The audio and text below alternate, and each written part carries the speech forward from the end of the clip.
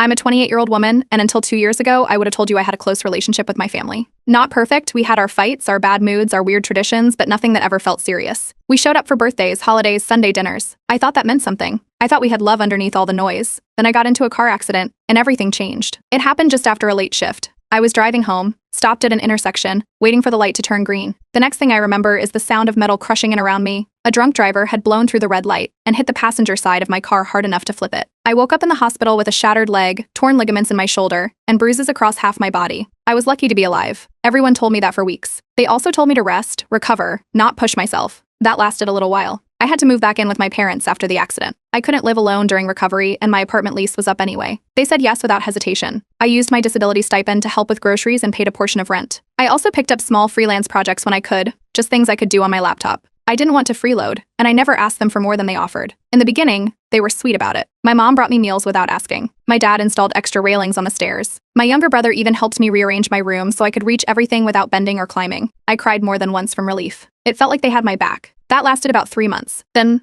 little things started slipping. If I asked for help down the stairs, my mom would sigh first. If I asked my dad to drive me to an appointment, he'd hesitate, then act like I was being dramatic for needing a ride. My brother went straight to open mockery, joking about how I should get a bell to summon people, or how I was playing disabled when it suited me. One day, I was struggling to reach the microwave, and he walked past me muttering something about natural selection. No one said anything to him. The worst part was my birthday. I hadn't planned anything. I was in pain, still walking with a cane, and just wanted a quiet dinner. I assumed we'd do the usual family thing. That night, the house was empty. I called my mom to ask if they were running late, and she said they were at a steakhouse across town. When I asked why I wasn't invited, she said, "We didn't think you'd want to come. You're not exactly fun right now." That night, I couldn't sleep. Around midnight, I overheard my parents talking in the living room. I didn't mean to eavesdrop. I just gone to get water and paused on the stairs when I heard my name. "She's exhausting," my mom said. We all tiptoe around her. It's like living with a ghost that needs help getting dressed. My dad said something about how I was dragging the family down and that we weren't built to handle this long term. I stood there for a while after they went quiet, holding my glass of water with shaking hands. The house didn't feel like mine anymore. I felt like I was living on borrowed time. The final straw came from my cousin. She called to ask if I was still using my air mattress.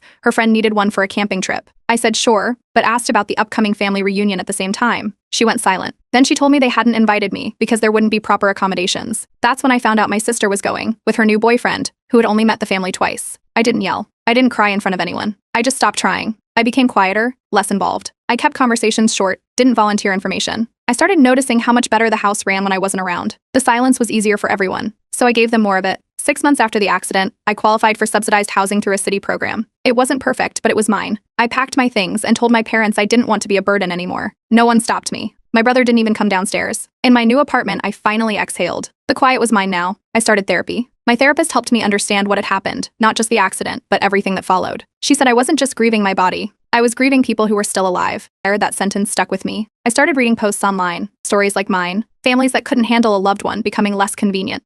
The comment sections were full of people who'd lived through the same thing. People who were cut off after getting sick, disabled, unemployed. It wasn't just me. That's when I got an idea. I printed some flyers and reserved a room at the public library, the Adult Estrangement Support Group, for anyone who feels abandoned by the people who should have stayed. I expected no one. I even brought a book to pass the time. 3 people came. One had a service dog. One said her family still tells people she died. One left her foster home at 16 and never looked back. We sat in a circle, shared snacks, cried a little. Then we laughed. Then we made plans to meet again. And just like that, I wasn't alone anymore. The support group met every Thursday evening in a quiet room at the back of the local library. At first, it was just the 4 of us. Me, the guy with the service dog, the woman whose family pretends she died, and the girl from the foster system. We sat in a circle of folding chairs and took turns speaking. No pressure, no expectations, just space. Then we started growing, slowly at first. One week, a woman in her 50s showed up with a printed flyer in her hand.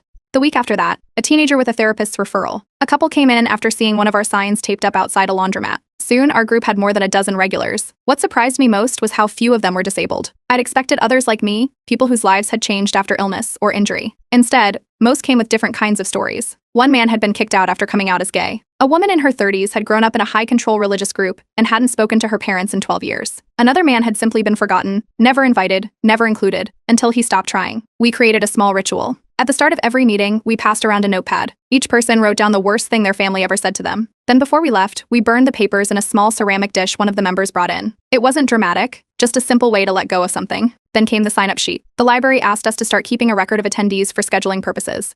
So I placed a clipboard on the table near the door each week. People added their names and emails if they wanted meeting reminders. One week, I picked it up like always and froze. There were several new names. One of them was Kelsey Tran. My hands went cold when I saw it. Kelsey had been my sister Sam's best friend all through middle and high school. I hadn't seen her in almost a decade, but I remembered her clearly, especially one summer night when I found her crying in our backyard. Sam had dragged her to a party, ditched her without a ride, and left her stranded miles from home. Kelsey called our house sobbing. I helped her inside, gave her water, let her sleep on the couch. The next morning, Sam barely looked at her. I didn't know what to expect the next week. I watched the door, wondering if it was really the same person. She arrived 10 minutes after we started, taller with shorter hair now. She looked around the room, calm and confident. She didn't recognize me. She sat near the back and listened quietly as others shared. Then, when it was her turn, she spoke up without hesitation. She said her ex had isolated her from her finances over the course of 2 years. When she finally reported him for coercive control and financial abuse, her parents told her it was unnecessary drama. They cut her off completely when she testified against him in court. That was 3 years ago. She hadn't spoken to them since. After the meeting, I caught her by the elevator. I introduced myself. When she heard my name, she tilted her head and asked if I had a sister named Sam. I nodded. Her eyes widened. Then she laughed, a little stunned. She said she hadn't seen me since I was 15. We ended up going to a coffee shop nearby. We talked for 3 hours. She apologized for not recognizing me sooner. I told her she wasn't the only one who hadn't thought about me in years. She asked if Sam had changed. I told her what I knew. My sister had become more polished, more successful, more curated. But no, she hadn't changed. She still knew how to make people feel small. That conversation led to more. She joined our weekly meetings. A few weeks later, we launched a private Discord server for people who couldn't attend in person. Kelsey helped organize it. She had a background in mental health admin, so she knew how to keep things structured and safe. She added rules, set up mod tools, created channels for different topics, coping skills, resources, general chat. Over the next few months, a few people from nearby towns reached out, wondering if they could start their own branches. I helped them get started, slowly and carefully. We added a video call option for those who wanted to join virtually. Kelsey offered to host the first online meeting. 26 people showed up. Then one afternoon, she messaged me, said she'd been thinking about something. She asked, "What if we invited people who know our families but don't know us anymore?" I didn't answer right away. She sent a follow-up, not to shame them, just to show them what they missed. The idea stuck. I didn't know where it would lead yet, but I said yes. We started drafting a plan. Things were moving fast, but for the first time since the accident, it wasn't about fixing what was broken. It was about building something new. The list took 2 days to finish. I sat on my couch with a notebook and went name by name, cousins, neighbors, former teachers, people from church, friends of my parents who had once given me birthday cards. I skipped anyone who had already taken a side or disappeared after the accident. This list was for people who only knew my family's version of things, people who thought I was just going through something, or who heard I'd become bitter and difficult. I wanted them to see something different, not through a fight, but through an open door. The message I wrote was short. I said, "You once knew me. I'm hosting a support group for people navigating family estrangement. We've started welcoming observers, people who may want to listen, learn, or just sit in. No pressure. You're welcome to attend. It's not a debate or a call-out session, just a place for stories." I sent it by email, one by one. A few bounced back,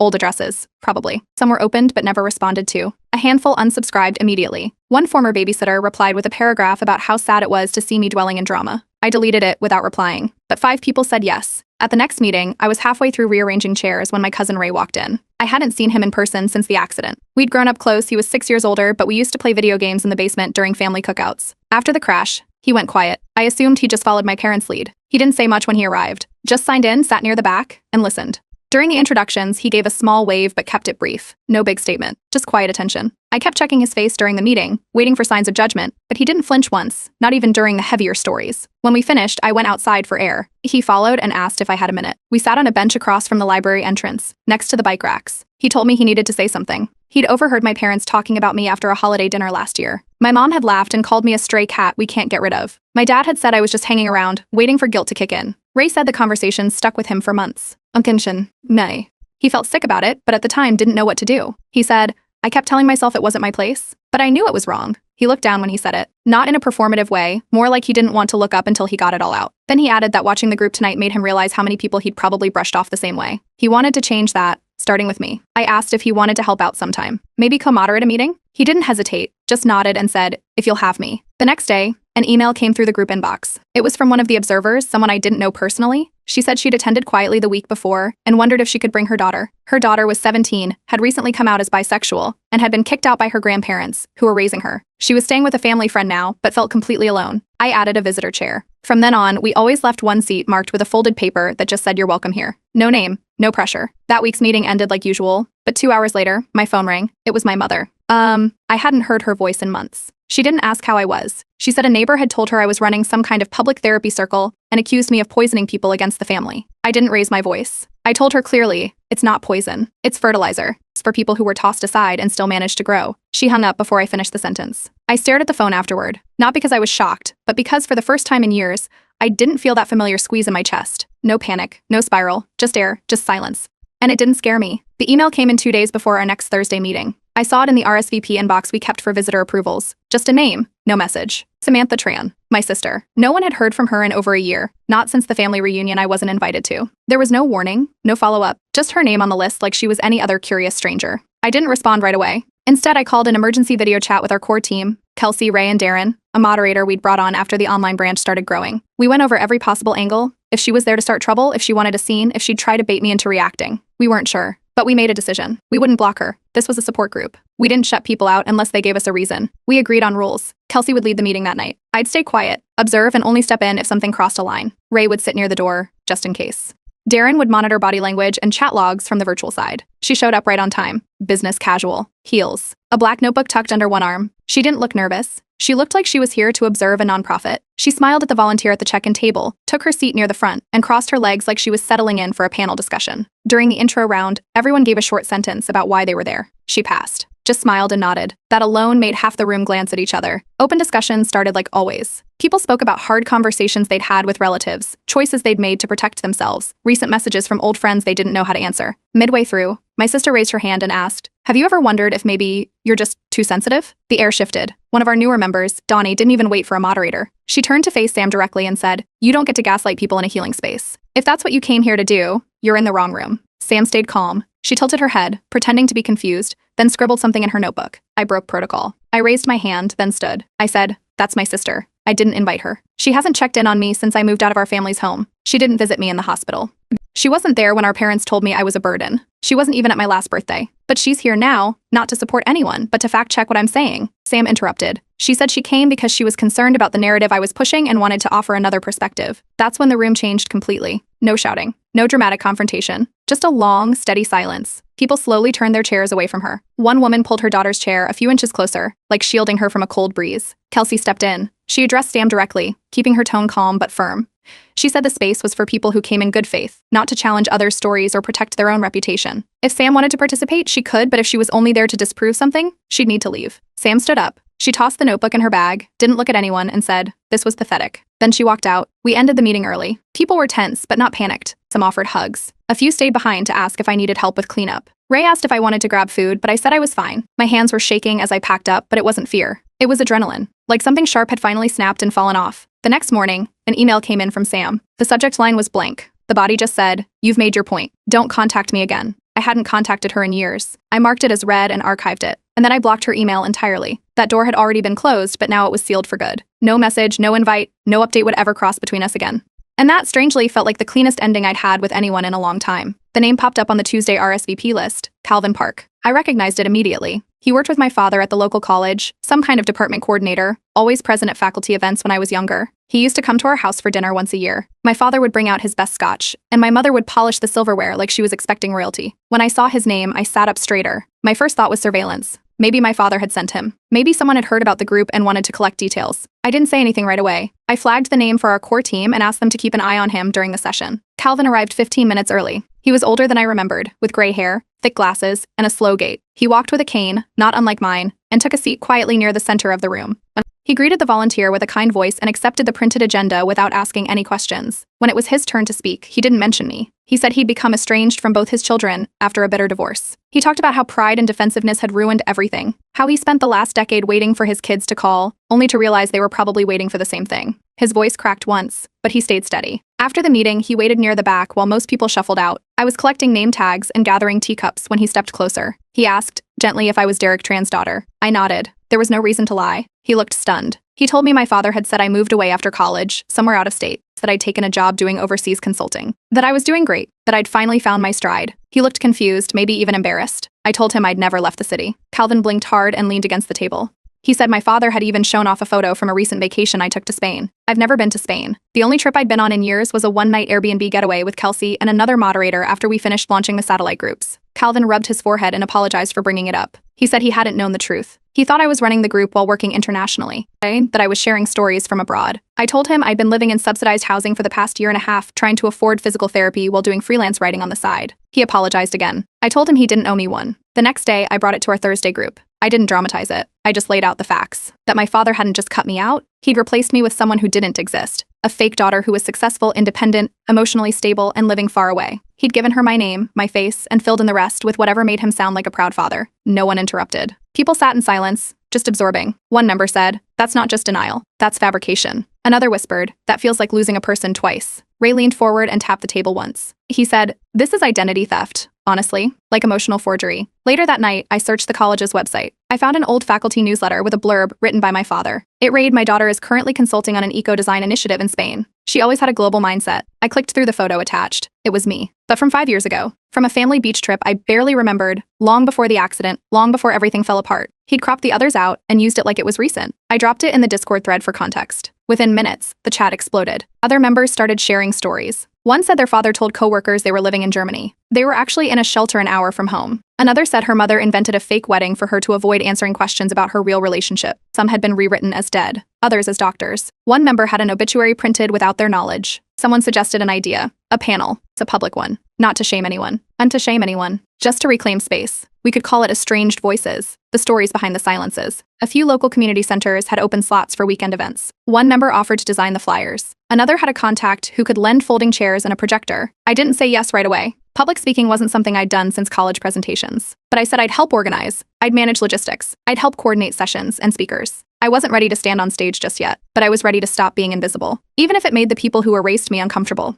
We booked the room 3 weeks in advance, a neutral community center tucked between a library and a medical clinic, nothing fancy. It had foldable chairs, a decent sound system, and big windows that let the late afternoon light pour in. We called the event an open mic for the estranged. No tickets, no live stream, just an open door and a few printed flyers left in coffee shops and grocery store bulletin boards. The speaker list came together faster than expected. Kelsey offered to read a personal letter she'd written to her younger self, the one who thought keeping the peace meant giving up her voice. A woman named Nora signed up next. She'd been ghosted by her entire family after converting religions at 22. And Ray, even though he didn't identify as estranged himself, asked if he could speak as an ally, someone who stayed silent too long and learned better. My job was to MC. I didn't plan to share anything personal yet. Just keep things moving, welcome people, explain the mission of our group, and make sure no one went over time. I printed the schedule on cardstock and brought a box of chamomile tea, just in case nerves got too high. We expected maybe 15 people. Over 40 showed up. Some came alone, others in pairs. A few clutched folded sheets of paper or notebooks. One woman stood in the corner for 20 minutes before sitting down. By the time I stepped up to the mic, 2 people in the second row were already crying. The event started smoothly. Kelsey read first, clear, steady, powerful. Nora followed, her voice shaking once but never stopping.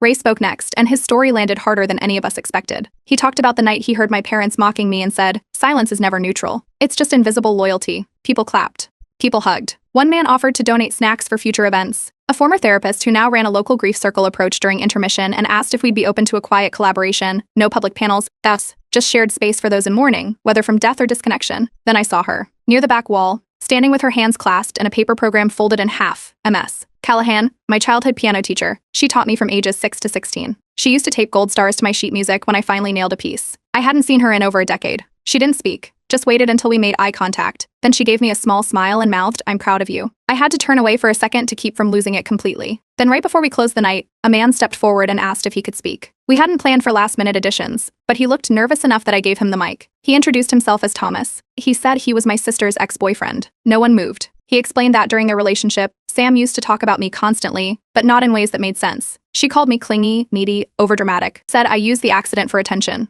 told him I would never amount to anything because I always needed someone to carry me. He looked down at the floor as he spoke, barely able to hold the mic steady. Then he said, "I believed her. I didn't know you, but I believed her. And I never questioned it." The room fell into this still, sharp silence. Even the HVAC system seemed to go quiet. I didn't make a speech. I just stepped forward, took the mic gently, and said, "I don't need apologies from the past. I just hope you don't believe people like that again." Thomas nodded. Then he asked if he could join the group. I told him yes, but only if he came to listen, not to unload guilt. We wrapped shortly after that. No music, no grand farewell, just quiet clapping, a few lingering conversations, and the slow scraping of chairs being stacked. People helped clean without being asked. Someone passed out napkins. One woman stayed behind to sweep the floors even though she wasn't part of the team. That night back home, I didn't go straight to bed. Instead, I pulled out an old photo album, one I hadn't touched since before the accident. Pages of birthday parties, piano recitals, school trips. For once, the girl in those photos didn't look like a stranger. She looked like someone who deserved to take up space. Someone still here. Before I went to sleep, I sent one more message. It was to my high school art teacher, the one who once told me, "If you ever feel invisible, come find me." I didn't expect her to reply. I didn't know if her number still worked. I didn't know if she still lived in town. But I hoped she meant it. A week after the open mic event, another RSVP came through the inbox. This one stopped me cold. Linda Cho, my high school art teacher, the one who used to let me stay after class to finish projects, who once told me, "If you ever feel invisible, come find me." I hadn't spoken to her in over 10 years. I'd sent the invite on a whim, not even sure the email still worked. She showed up that Thursday, right on time. She looked older, with more gray in her hair and reading glasses now, but she still had that calm presence that filled a room without raising her voice. She sat quietly during the check-in round, took notes with a pencil on a tiny notepad, and didn't speak until the very end. After the session, she waited until the last person left, then walked up and hugged me. Not a stiff, polite hug, but the kind that says, "I see you now and I should have seen you then." She pulled me aside and said, "You were always the one who looked around before speaking." That's not fear, it's care. Later that week, she asked if she could volunteer, specifically with our youth members. We had just launched a division for teenagers and young adults navigating early estrangement. The group had grown so fast that we'd split it into local branches. Linda offered to mentor. She said she'd seen too many students fall through the cracks. Not again. With the growth came structure. We introduced a rotating leadership model so no one burned out. Kelsey built out a proper intake form. Ray designed a monthly newsletter with resource links and updates. Darren applied for a local community wellness grant, and we got it. It wasn't a lot, but enough to cover meeting space, transportation stipends, and care packages for new members. The second public event took place in a different space, a community hall with better lighting and a mic that didn't screech every time someone breathed near it. This time I was on the schedule. I read a piece I'd written late one night after a group meeting. I told the story of waking up in the hospital after the accident and hearing my mother say to a nurse, "We weren't expecting this kind of long-term situation." I talked about how being called a burden wasn't always direct. It was in the sighs, the missed birthdays, the way no one looked at me the same after I needed help standing up. I said it out loud, slowly, like I was pulling thorns out, one by one. People cried, but not in a way that derailed anything. A young woman with crutches came up after and whispered, "I've never heard someone say it out loud before." That night, I wrote a letter, not for closure, not for forgiveness, just for truth. It was 5 pages long. I didn't ask for anything. I didn't explain myself or try to make it poetic. I told the story from beginning to end. The accident, the recovery, the house that went quiet, the reunion I wasn't invited to, the fake stories my father told, the silence that spoke louder than any insult. I printed it, folded it neatly, and mailed one copy to each of them, my parents, my sister, and my younger brother. A week later, responses came trickling in. My mother sent back a small envelope with one sentence, "Sorry you feel that way." My brother, who I hadn't heard from in months, suddenly texted, "You really love attention, huh?" I blocked him right after. I didn't reply to my mother either. My father never responded at all. At the next Thursday meeting, Ray pulled me aside. He told me he overheard his own parents questioning one of my father's stories during dinner. Apparently, my father told someone I was consulting in France now. His mother frowned and asked, "Didn't she hurt her leg in a crash?" His father didn't answer. They weren't ready to confront him. But the story wasn't sitting clean anymore. On New Year's Eve, we hosted a dinner for group members who had nowhere else to go. We cooked in shifts, brought folding tables, and decorated with cheap string lights. 30 people came. Someone brought board games. Someone else brought an old karaoke machine that barely worked. At one point, we passed around a box of family photos people had donated from thrift stores. We rewrote the captions, funny ones, healing ones, absurd ones. Someone held up a wedding photo and wrote, "Just divorced my cousin and feeling cute." Laughter filled the room. That night, after everyone had gone home and the dishes were stacked in the kitchen sink, I sat on my couch and looked through my old photo album again. For once, I didn't feel like I was flipping through the life of a stranger. I used to think the worst thing that ever happened to me was the accident, but it wasn't. The worst thing was learning how easy it was for people I loved to stop loving me the second I needed something from them. But now I have people who stayed. People who saw the worst and didn't turn away. And that's the story I want to be remembered for.